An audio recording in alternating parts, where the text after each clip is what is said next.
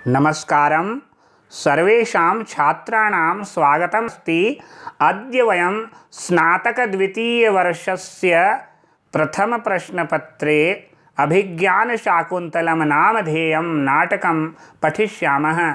नमस्ते विद्यार्थियों, जैसा कि आपको सर्वविदित है, हम अभिज्ञानशाकुन्तलम नाटक का अध्ययन कर रहे हैं और हम तृतीय अंक में प्रविष्ट हो चुके हैं।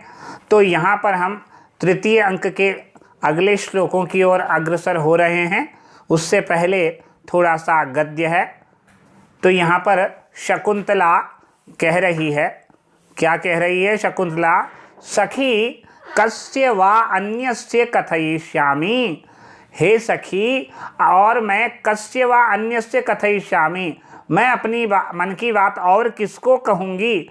किससे कथयिष्यामि, किससे कहूँगी? आपसे नहीं कहूँगी तो और किससे कहूँगी?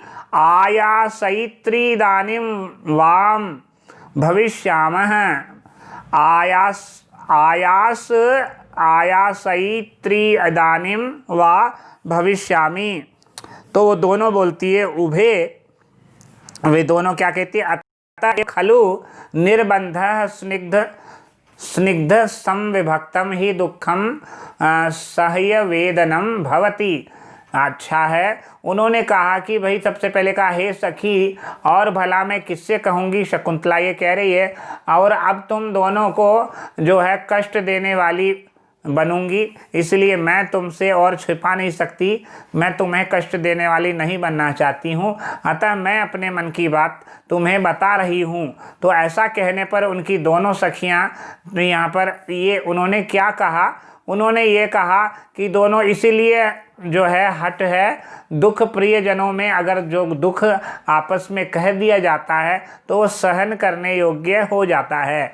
यदि हमें कोई पीड़ा है और वह पीड़ा हम अपने जो प्रियजनों को कह देते हैं तो वो हमारी थोड़ी शांत सहने योग्य हो जाती है। दुख प्रियजनों में जब बंट जाता है तब निश्चय ही उसकी अनुभूति सहन करने योग्य हो जाती है। इसीलिए यह पंक्ति यहाँ पर लिखी गई है, अतएव खलु निर्बंधः स्निग्ध संविभक्तम ही दुखम सह्य वेदनम भवति। ये जो पंक्ति यहाँ पर लिखी है, इसका तात्पर्य यही है कि दुख प्रिय जनों में जब मट जाता है तब निश्चय ही उसकी अनुभूति सहन करने योग्य हो जाती है। ये यहाँ पर बताना चाहते हैं। और यहाँ पर अब यहाँ पर अनुसूया और प्रियंवदा से वह कह रही है शकुंतला कि मैं तुमको अपनी बात बताना चाहती हूँ। तो राजा जब वो छुप कर सुन रहे थे तो राजा पृष्ठा जनी, यहाँ पर राजा का श्लोक यहाँ पर आ रहा है। अब राजा कह रहे हैं, पृष्ठा जनेन समदुःखेन बाला नेयम न वक्ष्यति मनोगतम आधि हेतुम दृष्टो निवृत्य बहुशो अप्य अनया सतृष्णम अत्रांतरे श्रवण कातरताम गतो अस्मि। यह हम 8वां श्लोक अध्ययन कर रहे हैं। श्लोक संख्या 8 है और अंक संख्या 3, तृतीय अंक का 8वां श्लोक हम पढ़ रहे हैं, जो कि राजा का कथन है। क्या है? पृष्ठा जनेन सम दुख सुखेन बाला नेयम न वक्ष्यति मनोगतम आधि हेतुकम दृष्टो निवृत्य बहुशो अप्य अनया तृष्णाम अंतरांतरे श्रवण कातरताम गतो अस्मि। तात्पर्य क्या है?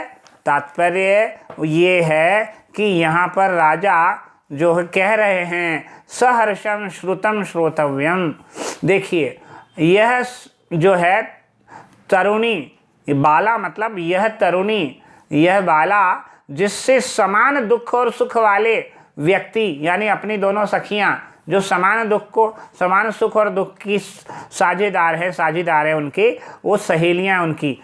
तो यह तरुणी अर्थात शकुंतला, जिसने समान दुख और सुख वाले व्यक्तियों यानी अपनी सखियों ने पूछा है, पृष्ठा यानी शकुंतला की सखियों ने उससे जो पूछा है, पृष्ठा पूछा है, मनोव्यथा यानी मन में स्थित कारण न कहेगी, ऐसा नहीं है, वह अवश्य ही संभव नहीं है, क्योंकि वह अपनी सखियों से अवश्य ही अपने मन की व्यथा कहेगी। यद्यपि इसने तृष्णापूर्वक बार बार, यद्यपि अनया सतृष्णा, तृष्णा सहित पूर्वक बार बार घूम घूम कर मुझे देखा था, बार बार पीछे मुड़कर मुझे देखा है, फिर भी श्रवण कातरता गतो अस्मि, फिर भी मैं इस समय मुझे सुनने में भय हो रहा है कि वह क्या कहेगी। ये यहाँ पर बताना चाहते हैं कि समदुख सुखेन जनेन पृष्ठा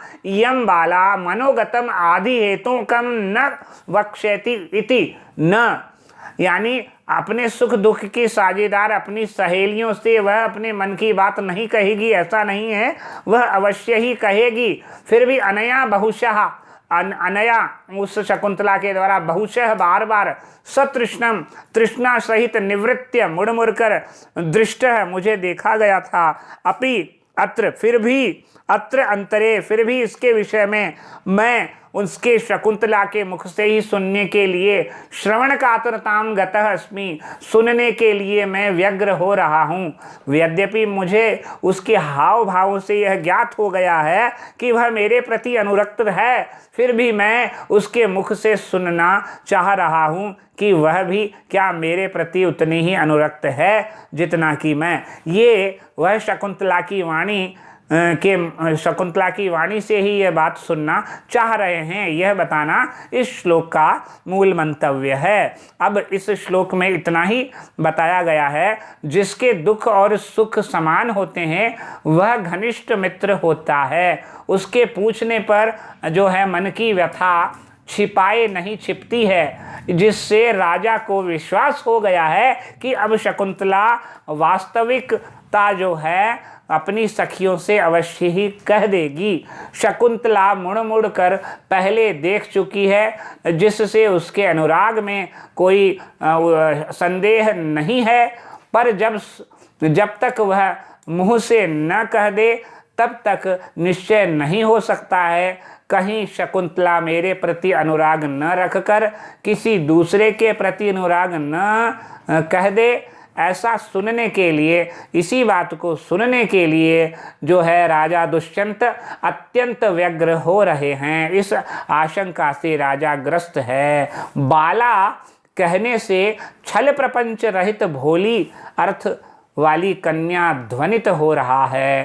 प्रस्तुत श्लोक में वसंत तिलका छंद का प्रयोग किया गया है, जो हमने वसंत तिलका छंद का प्रथम अंक के 8वें श्लोक में भी अध्ययन किया है। मुक्तेषु रश्मिषु निरायत पूर्वकाया यह श्लोक था। वसंत तिलका छंद जो है उसके प्रत्येक चरण में 14 वर्ण होते हैं, जो क्रमशः किस क्रम में होते हैं?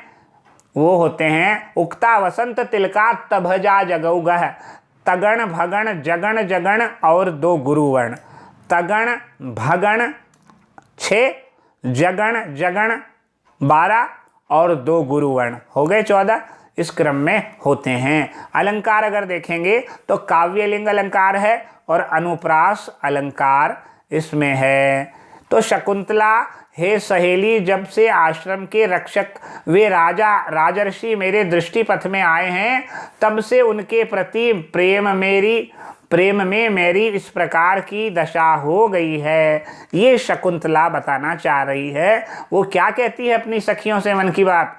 तो हे सखियों, जब से आश्रम के रक्षक वे राजर्षि यानी मेरे दृष्टिपथ में आए हैं, तब से उनके प्रति प्रेम से मेरी ऐसी दशा हो गई है। यहाँ पर राजा के प्रति शकुंतला ने अपनी भावना को पूर्ण रूप से व्यक्त कर दिया है। तो राजा आनंद पूर्वक अपने मन में कहते हैं श्रोतव्यम, सुनने योग्य बात को श्रुतम, सुनने योग्य बात मैंने अब सुन ली है। यहाँ पर यह श्लोक हो जाता है पूर्ण गद्य भी। अब अगला श्लोक देखते हैं। अगला श्लोक यहाँ पर हम पढ़ेंगे तृतीय अंक का 9वां श्लोक। स्मर एव ताप हेतुर्निर्वापयिता स एव मे जातः दिवस इवार्ध श्यामस तपात्ये जीवलोकस्य। वापस से देखेंगे, स्मर एव ताप हेतुर निर्वापयिता स एव में जातः दिवस इवार्ध श्यामस्तपात्ये जीवलोकस्य। तात्पर्य क्या हुआ? स्मर अर्थात कामदेव ही ताप का कारण है, पर वही मेरे लिए ताप शांति कारक हो गया है। जिस तरह वर्षा में अर्धश्याम दिवस प्राणी जो है जगत के लिए ताप शांति कारक होता है, उसी प्रकार यह काम देव ही ताप का कारण होकर भी मेरे लिए ताप शांति का कारण हो गया है। उदाहरण दिया है, ये उदाहरण उन्होंने क्या दिया है, यहाँ पर दिया है, जिस प्रकार दिवस इवार्ध श्यामस्तापत्ये जीवलोकस्य। तात्पर्य क्या है? कामदेव, वैसे तो कामदेव वास्तव में तो ताप का ही कारण है, परंतु वही मेरे लिए आज जो ऐसी परिस्थिति है कि ताप शांति का कारण बन गया है। जिस तरह वर्षा में अर्ध शाम दिवस, अर्ध शाम का जो दिन है, आधी शाम का दिन है, श्याम दिन प्राणी जगत के लिए ताप शांति का कारक हो जाता है। अन्वय से देखेंगे तो स्मरः एव ताप हेतु स एवं में निर्वापयिता जातः तपात्ये जीवलोकस्य निर्वापयिता अर्धश्यामः दिवसः इव भवति। ये यहाँ पर बताना चाह रहे हैं। तो ये प्रस्तुत श्लोक में जो है उपमा अलंकार का प्रयोग किया गया है। यहाँ पर बताना चाहते हैं अर्धश्याम का अर्थ यहाँ पर है कुछ धूप या प्रकाश और कुछ छांव लिए ये बदली वाला दिन। दिन के पूर्व भाग में धूप वाला और अपर भाग में छांव वाला अर्थ भी हो सकता है। दिन भी ग्रीष्म में या घाम होने पर ताप देता है, फिर भी बदली होने पर शांति प्रदान करता है। यदि गर्मी की ऋतु है और दिन में बहुत अधिक ग्रीष्म होती है, गर्मी में बहुत अधिक घाम मतलब धूप होने पर अत्यंत तपाता है, फिर भी यदि बदली आ जाए तो बदली होने पर शांति देने वाला हो जाता है। जो ताप हेतु है वह निर्वापयिता नहीं हो सकता, यह विरोधाभास है। वास्तव में ताप हेतु दोनों शकुंतला और दुष्यंत का ही है, पर दूसरे में ही ताप हेतु है। यह प्रेम के जो प्रति कारक शांति देता है, अतः प्रस्तुत श्लोक में ये बताया गया है। तो यहाँ पर प्रस्तुत श्लोक में जो है कौन से अलंकार है, तो विरोधाभास अलंकार है, व्याघात अलंकार है और वृत्त्यनुप्रास अलंकार है। विरोधाभास और व्याघात नामक अलंकार है और अनुप्रास अलंकार तो घटित हो ही रहा है। और ये तो अलंकारों की बात है। और छंद की बात करते हैं तो प्रस्तुत श्लोक में आर्या नामक छंद का प्रयोग किया गया है। आर्या छंद वही है प्रथम अंक के द्वितीय श्लोक में जो पढ़ा था, आपरितोषाद विदुषाम न साधुमन्ये प्रयोग विज्ञानम बलवदपि शिक्षितानाम आत्मन्य प्रत्ययम चेतः। अर्थात वो वहाँ पर पढ़ा था यस्याह पादे प्रथमे 12 मात्रास तथा तृतीये अपि 18 द्वितीय चतुर्थके 15 सा आर्या। अर्थात जिसके प्रथम एवं तृतीय चरण में 12 मात्राएं होती है, द्वितीय चरण में 18 मात्राएं होती है और चतुर्थ चरण में 15 मात्राएं होती है। ऐसी स्थिति जहां घटित होती है वहां पर आर्या नामक छंद है। आर्या एक मात्रिक छंद है क्योंकि इसमें मात्राओं की गणना की जाती है। आज हम यहीं पर रखेंगे, अपना वीडियो यहीं समाप्त करते हैं, विराम देते हैं। तब तक के लिए नमस्कार, धन्यवाद।